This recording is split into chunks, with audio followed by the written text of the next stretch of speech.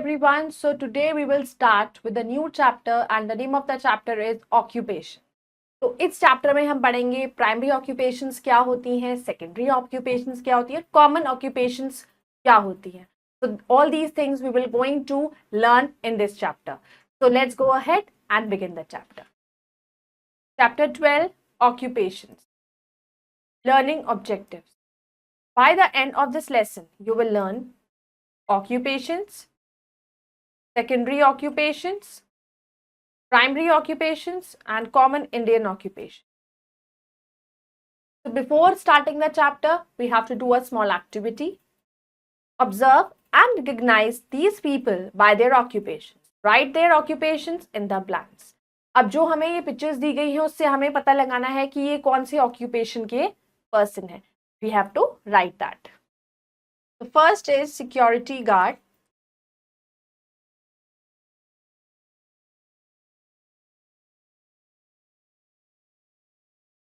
Second is teacher.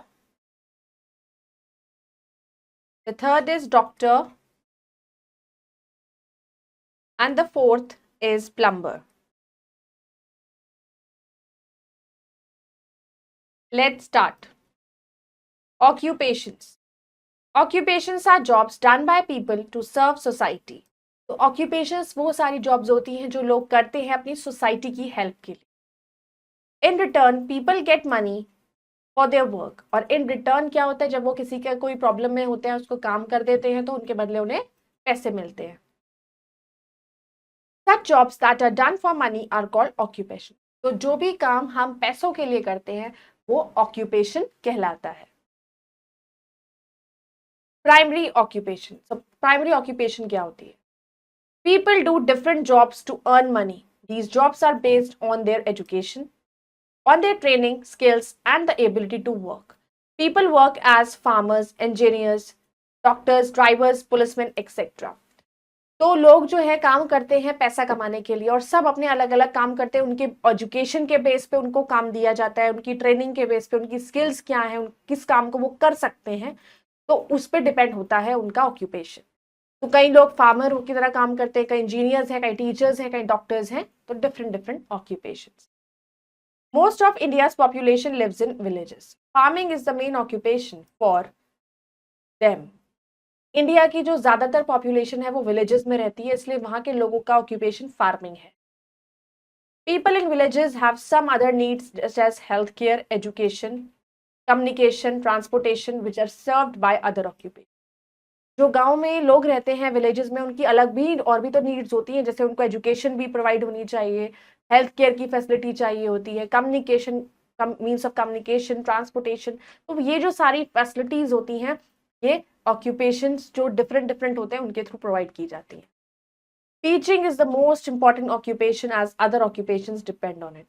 और सबसे ही ज्यादा इंपॉर्टेंट होता है टीचिंग, क्योंकि टीचिंग के ऊपर ही अदर ऑक्यूपेशन डिपेंड करते हैं. Secondary occupations. The secondary occupation transform raw material, farm products and mined materials into goods. Secondary occupation वो होते हैं जो आपके पास कोई raw material है, कोई कच्चा सामान है या farm products हैं या mined materials है, उसको goods में transfer कर देना. Like for example, the transformation results in cotton being made into cloth, steel being made into cars and gold being made into ornament and coins. तो जैसे कि ट्रांसफॉर्मेशन रिजल्ट करते हैं, जैसे कि कॉटन से कॉटन क्लॉथ्स बनाए जाते हैं, स्टील से आपकी कार्स बनती हैं, बहुत सारी चीजें बनती हैं, गोल्ड ऑर्नामेंट्स बनते हैं, गोल्ड से बनते हैं. Examples of secondary occupations include manufacturing, construction, textile production, automobile assembly and food processing. तो सेकेंडरी ऑक्यूपेशन के बहुत सारे एग्जाम्पल्स होते हैं जिसमें मैन्युफैक्चरिंग होती है, कंस्ट्रक्शन आ जाता है, टेक्सटाइल का प्रोडक्शन आ जाता है, ऑटोमोबाइल्स, फूड प्रोसेसिंग, ये सारी चीजें आपकी सेकेंडरी ऑक्यूपेशन के पार्ट्स में. कॉमन इंडियन ऑक्यूपेशन क्या है? In rural areas farming and animal rearing are most common and in coastal areas it is fishing. अब जो रूरल एरियाज होते हैं वहां पे ज्यादातर लोग फार्मिंग करते हैं या जो है एनिमल्स को रखते हैं अपने पास और उनको रेयर करते हैं, और कई लोग फिशिंग करते हैं वहां के. In urban areas, information technology related jobs and jobs in banking, textiles, and apparel sectors are major occupation. और जो अर्बन एरियाज में लोग होते हैं उनका जो काम होता है वो ज्यादातर जॉब्स करते हैं, बैंक्स की जॉब कर ली, टीचिंग की जॉब कर ली, किसी इंडस्ट्री में वर्क कर लिया, तो उनकी जॉब्स डिफरेंट होती हैं। Farming, farming is the most important and main occupation of our country. Farming हमारी कंट्री का बहुत इंपॉर्टेंट भी है और बहुत ही मेजर ऑक्यूपेशन है। A large number of people do farming in the villages of our country. तो हमारी कंट्री की ज्यादातर पॉपुलेशन फार्मिंग में ही इंडल्ज है, विलेजेस में। Farmers grow different kinds of food grains, vegetables and fruits in the fields of orchard. तो farmers grow करते हैं, अलग अलग तरीके की क्रॉप्स उगाई जाती हैं अपने फार्म्स पर, वेजिटेबल्स लगाते हैं, फ्रूट्स लगाते हैं और फिर उनको सेल करते हैं। Farmers also grow cotton, sugar cane, tea, jute, groundnut etcetera. और क्या क्या उगाते हैं? टी, जूट, ग्राउंडनट, ये सारी चीजें फार्मर्स ग्रो करते हैं। For a good crop the farmers need a flat surface of land and fertile soil. लेकिन अगर उनकी फसल अच्छी नहीं होगी तो उनको नुकसान हो जाएगा। तो अच्छी फसल के लिए हमको सॉइल कैसी चाहिए? फर्टाइल सॉइल चाहिए, लैंड भी अच्छा चाहिए। Your wise, what does your father do? आपके फादर क्या करते हैं, उनका ऑक्यूपेशन क्या है? You all can write that. Cattle rearing, cattle rearing is an occupation that depends on farming. Cattle rearing एक ऐसा ऑक्यूपेशन है जो फार्मिंग पर ही डिपेंड करता है। Cattle are fed on the produce of the fields. तो कैटल जो है फील्ड्स से जो निकलती हैं प्रोड्यूस, उसी के ऊपर उनका पूरा खाना होता है। मतलब वो कोई अलग जानवरों को नहीं खाते हैं, कैटल्स तो घास वगैरह, चारा वगैरह, ये सब क्रॉप्स वगैरह खाते हैं। Kettles like cows and buffaloes give us milk. और फिर वही कैटल्स जो थे, बफेलोज हो गया, काउ हो गई, ये हमें क्या देते हैं? मिल्क देते हैं। They are reared on big farms. तो उनको बहुत बड़ी जगह पे रखा जाता है, उनके लिए एक प्रॉपर प्लेस बनाई जाती है। This is called dairy farming. फिर उनका दूध निकाला जाता है और उसको पूरे प्रोसीजर को डेयरी फार्मिंग कहा जाता है।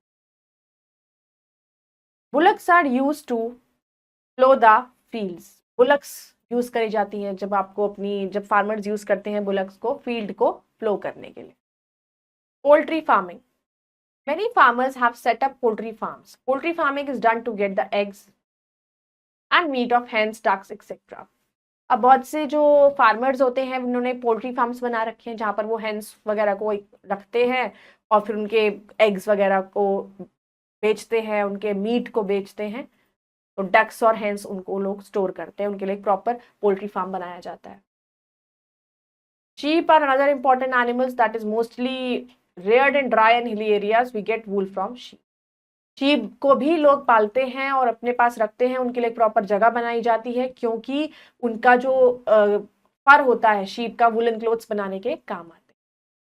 Your wise, what profession do you want to choose when you grow up? अब जब आप बड़े होगे तो आपको कौन सा प्रोफेशन आप चूज करोगे? That you have right. Farming related occupation, There are many industries that depend upon farming. ऐसी बहुत सारी इंडस्ट्रीज हैं जिनका पूरा का पूरा डिपेंडेंसी फार्मिंग पर। For example cotton mills make cloth from cotton. अब कॉटन मिल्स जो होती है, बड़ी बड़ी कॉटन मिल्स हैं, वहां पर कॉटन क्लॉथ बनाया जाता है। T is sold after processing tea leaves. पहले टी लीव्स को इकट्ठा करा जाता है, उसको प्रोसेस्ड करा जाता है मशीनों से और फिर टी बनती है। Sugar cane is used to make sugar and jaggery.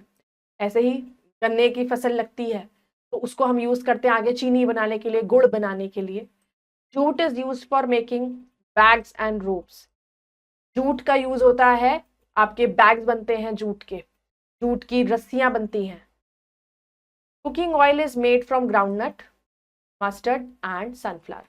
और कुकिंग ऑयल भी तो जिसमें हम खाना बनाते हैं, वो कहाँ से मिलता है? तो ग्राउंडनट ऑयल भी यूज होता है, मस्टर्ड ऑयल भी यूज होता है, सनफ्लावर ऑयल से सरसों का तेल कहते हैं, तिल का तेल कहते हैं। तो ये सारे तेल को हम यूज करते हैं। फॉरेस्ट रिलेटेड ऑक्यूपेशन क्या होते हैं? Some parts of our country are covered with thick forest. हमारी कंट्री का जो कुछ हिस्सा है वो बहुत ही थिक फॉरेस्ट से कवर्ड है। Many people work in these forest. बहुत से लोग फॉरेस्ट में भी काम करते हैं, उसमें भी अपना काम ढूंढ लेते हैं। Some of them collect gum and herbs.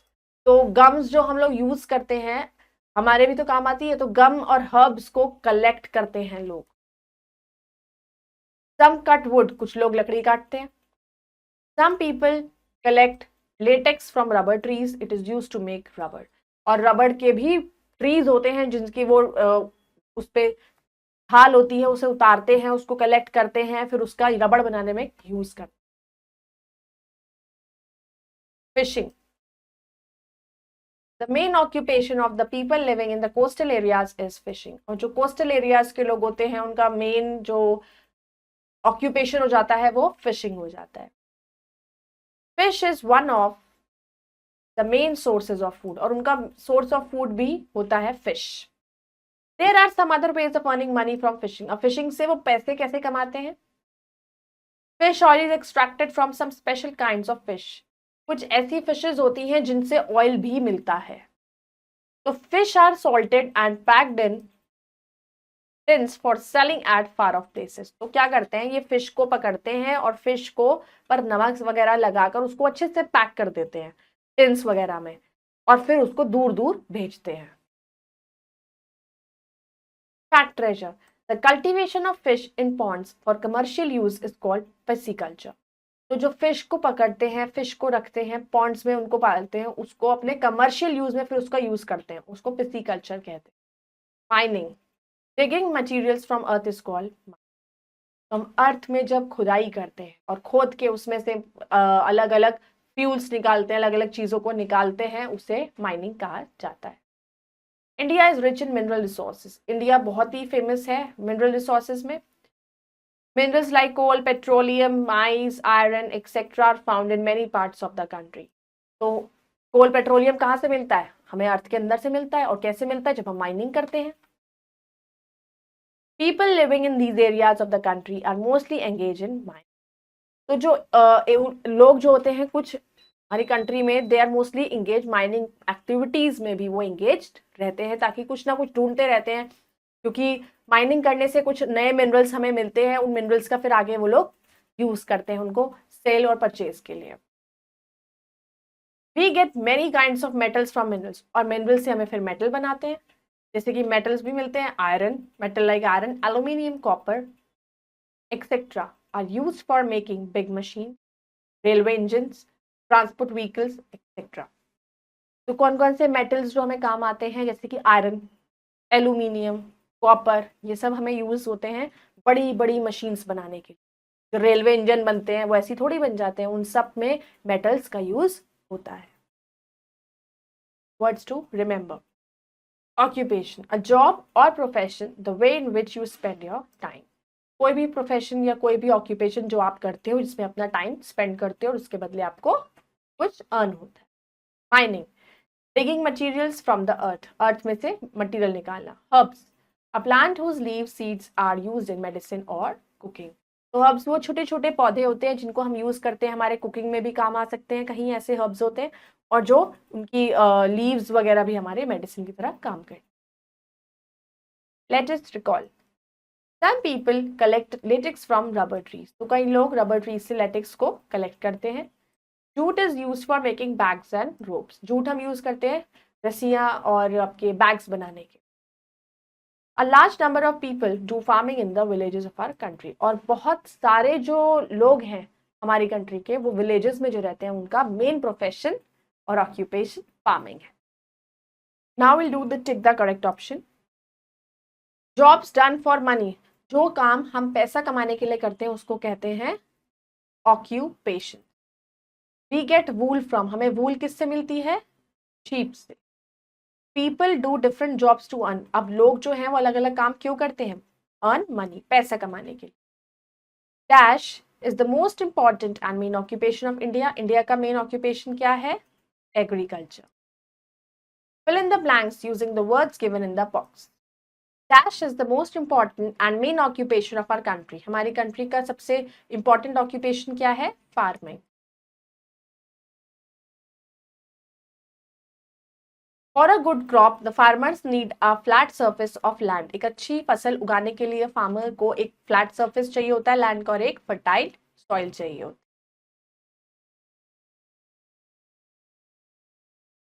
है। Cattle like cows, gives us milk, तो काउ हमें मिल्क प्रोवाइड करती है।